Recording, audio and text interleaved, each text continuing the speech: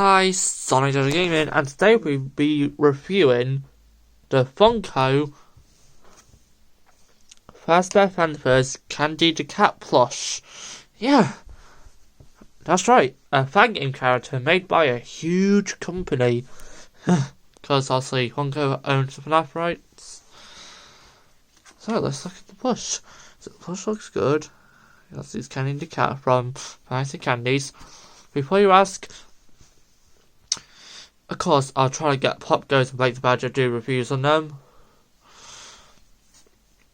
Got the back, less detailed. Got a FNAF logo. Shame they're going to put the Fancy Candies logo on the candy plush.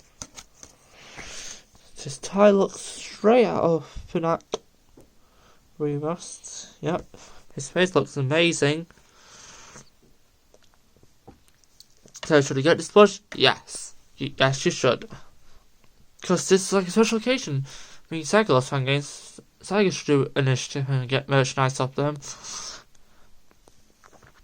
I mean, what is just Funko to make? Next, Cindy, Blank, the Rat, the Cat, Old Candy maybe? Because there's so many FNAF characters and Pop Goes characters, and Ignite. Then Funko needs to make the Ignite animatronics from the joy of creation. But this is one occasion. Oh. Says here on tag fazbear fanversve. So this is my review on the Candy the Cat plush.